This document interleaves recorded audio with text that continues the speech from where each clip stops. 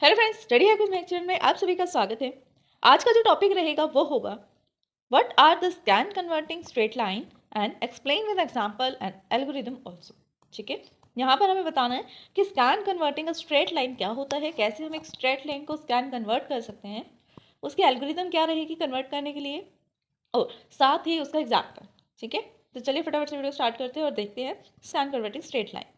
देखिए, सबसे पहले इसके बारे में हम थ्योरी डिस्कस करेंगे। ठीक है, थ्योरी की बात हम यहाँ पर मूव करेंगे एल्गोरिदम की तरफ। एल्गोरिदम समझने के बाद लास्ट में हम चलेंगे एग्जाम्पल में, ताकि आपको स्टेप बाय स्टेप सारे के सारे स्टेप जो है वो क्लियर हो जाए, क्या थ्योरी है, क्या एल्गोरिदम है, कैसे वर्क करेगी, सब कुछ। A straight line may be defined by the 2 points. ठीक है, 2 एंड पॉइंट्स। अगर हमें एक स्ट्रेट लाइन बनानी है तो उसका सिंपल सा बात है कि उसके 2 पॉइंट्स होंगे। किसी स्ट्रेट लाइन को बनाने के लिए 2 पॉइंट्स होंगे। कैसे? स्ट्रेट लाइन यहाँ से स्टार्ट हुई और यहाँ पर एंड होगी। अब यहाँ पर क्या है, जैसे इस तरह से हमने लाइन ड्रॉ की, यहाँ इस पॉइंट से आगे कोई लाइन नहीं है, इस पॉइंट से पहले कोई लाइन नहीं है। इसका मतलब ये एक ऐसे पॉइंट्स हैं जहाँ से लाइन स्टार्ट हुई और जहाँ पर आकर एंड हुई। हो सकता है कि हमने लाइन को ऐसे ड्रॉ किया हो, इस तरह से ड्रॉ करने में, अप टू डाउन ड्रॉ करने में, ये हमारा स्टार्टिंग या फिर बिगनिंग पॉइंट है और ये हमारा एंडिंग पॉइंट है। अगर हमने इस पॉइंट से इस पॉइंट तक लाइन को ड्रॉ करने के लिए इस तरह ड्रॉ किया हो, तो हो सकता है कि ये हमारा बिगनिंग पॉइंट है और ये हमारा एंडिंग पॉइंट है।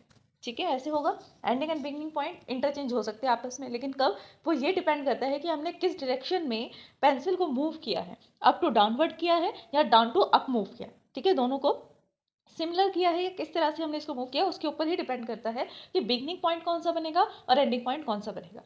सिंपल सी बात जानने के लिए कि बिगनिंग कौन है और एंडिंग कौन है, जहाँ से आपने ड्रॉ करना स्टार्ट किया है, जिस पॉइंट से स्टार्ट किया है वो होता है बिगनिंग पॉइंट, और जिस पॉइंट पर एंड किया है वो होता है एंडिंग पॉइंट। बिगनिंग को आप स्टार्टिंग पॉइंट भी बोल सकते हैं। तो इन्हीं 2 टाइप्स की लाइन पर हम यहाँ पर वर्क करेंगे। ठीक है, एल्गोरिदम में दोनों के लिए ही अलग अलग एल्गोरिदम्स, अलग अलग स्टेप्स यूज किए गए हैं। ठीक, तो सिंपल बात यह है कि अगर हमें एक स्ट्रेट लाइन बनानी है तो स्ट्रेट लाइन को बनाने के लिए हमारे पास 2 एंड पॉइंट्स होने चाहिए। ठीक है, स्टार्टिंग पॉइंट क्या है और बिगनिंग पॉइंट क्या है, ये दोनों पॉइंट्स होने चाहिए। 2 एंड पॉइंट यानी स्टार्टिंग पॉइंट और एंडिंग पॉइंट, और साथ में होनी चाहिए एक इक्वेशन। ठीक है, जो हम स्ट्रेट लाइन बनाने के लिए यूज़ करते हैं वो इक्वेशन होनी चाहिए। ये तो कंप्यूटर ग्राफिक्स है, हम तो मैथ्स में भी यूज़ करते हैं ना स्ट्रेट लाइन बनाने के लिए। एक लाइन जिसके अंदर हम एम स्लोप लेते हैं, dy/dx हम यूज़ करते हैं। लीनियर इक्वेशन बनानी है तो अलग से यूज़ किया जाता है। डिफरेंशियल इक्वेशन का एक लाइन बनाना है तो उसके लिए अलग से यूज़ किया जाएगा। तो दो सबसे एसेंशियल चीज़ है स्ट्रेट लाइन बनाने के लिए, 2 एंड पॉइंट्स एंड 1 इक्वेशन। ठीक है, अब देखिए, 2 end points are described by this. 2 end points बताने, 2 एंड पॉइंट्स कौन से होंगे? x1 y1 और दूसरा एंड पॉइंट होगा x2 y2। ये 2 पॉइंट्स हैं। ठीक है, x1 y1 x2 y2 ये एंड पॉइंट्स हैं। एंड इक्वेशन क्या रहेगी? The equation of the line is use to describe the x and y coordinate of all the points. ये तो सिर्फ 2 पॉइंट्स हैं, कहाँ से स्टार्ट हुआ कहाँ पे एंड हुआ, यानी कि यहाँ से स्टार्ट हुआ यहाँ पे एंड हुआ, ये सिर्फ ये 2 पॉइंट्स बताएंगे। बट किस किस पिक्सल से वो स्ट्रेट लाइन बनेगी, क्या वो ऐसे स्ट्रेट लाइन बनेगी, क्या वो ऐसे बनेगी, ऐसे बनेगी, किसी भी तरह से स्ट्रेट लाइन बन सकती है। क्या आपको अप टू डाउनवर्ड जाना है या डाउन टू अपवर्ड जाना है, वो सब कौन बताएगा? ये इक्वेशन बताएगी, जिस इक्वेशन का यूज करके हम स्ट्रेट लाइन बनाना चाहते हैं या बनाएंगे। ये स्ट्रेट लाइन की जो इक्वेशन है ये करेगी क्या? एक्स एंड वाई के कोऑर्डिनेट पॉइंट्स को बताएगी। जितने भी नंबर ऑफ पॉइंट्स होंगे उन सबको बताएगी। x1 y1 क्या है, x2 y2 क्या है, x3 y3 क्या है, xn yn क्या है, सारे पॉइंट्स को इस इक्वेशन से हम फाइंड आउट कर सकते हैं। लेकिन वो सब पॉइंट लाई कहाँ करेंगे? सिर्फ इन दोनों पॉइंट्स के बीच में। हो सकता है नेक्स्ट पॉइंट यहाँ, फिर यहाँ, फिर यहाँ, यहाँ, इस तरह। स्ट्रेट लाइन बनाने के लिए जो पॉइंट्स हमने लिए हैं, 2 एंड पॉइंट x1 y1 और x2 y2, उन दोनों के बीच में ही इक्वेशन हमें पॉइंट्स निकाल कर देगी। अब वो इक्वेशन क्या है? वो इक्वेशन है y is equals to M X plus B. ये जो इक्वेशन है ये स्ट्रेट लाइन के लिए यूज की जाती है। ठीक है, स्ट्रेट लाइन के लिए इक्वेशन यूज की जाएगी और यही सेम इक्वेशन स्ट्रेट लाइन के लिए मैथ्स में भी यूज की जाती है। ठीक है, कोई डिफरेंस नहीं है इसमें, सेम है। यहाँ पर क्या होगा? b कोई कांस्टेंट होगा, m जो है स्लोप होगा, y एंड x ये दोनों कोऑर्डिनेट पॉइंट्स होंगे। देखो, अभी हमने देखा कि y is equals to M X plus B, ये हमारे लाइन की इक्वेशन होती है। ठीक है, यहाँ पर हम क्या कह रहे हैं कि जो m है वो किसकी इक्वल है? देखिए, b तो कोई कांस्टेंट वैल्यू है, कोई भी वैल्यू हो सकती है, 1 2 3 कुछ भी। ठीक है, y एंड x ये दोनों क्या है? ये दोनों कोऑर्डिनेट पॉइंट्स हैं जो हमें पहले से डिफाइंड होंगे कि स्टार्टिंग पॉइंट क्या है, एंडेड पॉइंट क्या है। ठीक है, अब बचा क्या? बचा इसके अंदर m। अब ये m क्या है? m को हमें फाइंड करना पड़ेगा। ठीक है, अब जो m है उसको हम राइट डाउन कर सकते हैं, कैसे रिप्रेजेंट कर सकते हैं, dy बाई में dx, डिफरेंशियल इक्वेशन के थ्रू हम इससे रिप्रेजेंट करेंगे m is equals to dy by में dx, ठीक है। तो अगर जब कभी भी हम यूज करना चाहें इस इक्वेशन में, हम m के प्लेस पर dy बाई में dx को यूज कर सकते हैं।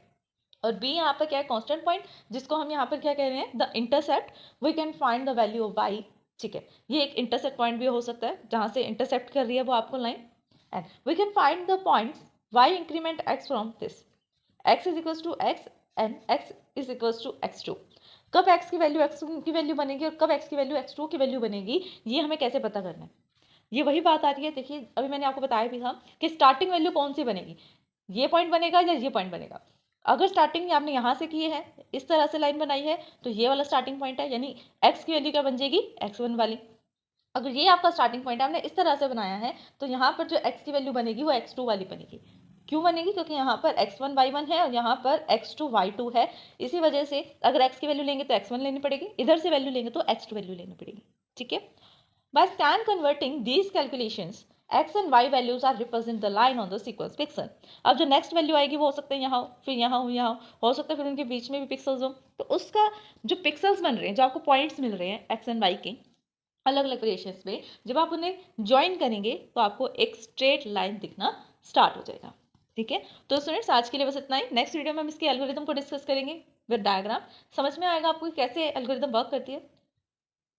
आज के लिए बस इतना ही टॉपिक है। आई होप कि पूरा टॉपिक आपको समझ में आया होगा, जितना अब तक समझाया गया थ्योरेटिकल पार्ट में कि कैसे वर्क करेगा। अगर फिर भी इस वीडियो को समझने में आपको कोई डाउट आता है, देन आप हमें कमेंट कर सकते हैं। वीडियो पसंद आए तो लाइक शेयर सब्सक्राइब करना, कमेंट करना ना भूलें। आपने सब्सक्राइब कर दिया तो अपने फैमिली में, अपने फ्रेंड से सब्सक्राइब करवा सकते हैं। Thanks for watching my video. हमारे चैनल स्टडी हैक विद महक को लाइक, ज़्यादा से ज़्यादा शेयर एंड सब्सक्राइब करें। अगर आपने सब्सक्राइब कर दिया है तो बाकी सभी डिवाइसेस से भी सब्सक्राइब करा सकते हैं, क्योंकि सब्सक्राइबर्स बहुत ज़रूरी हैं। देन कमेंट करें।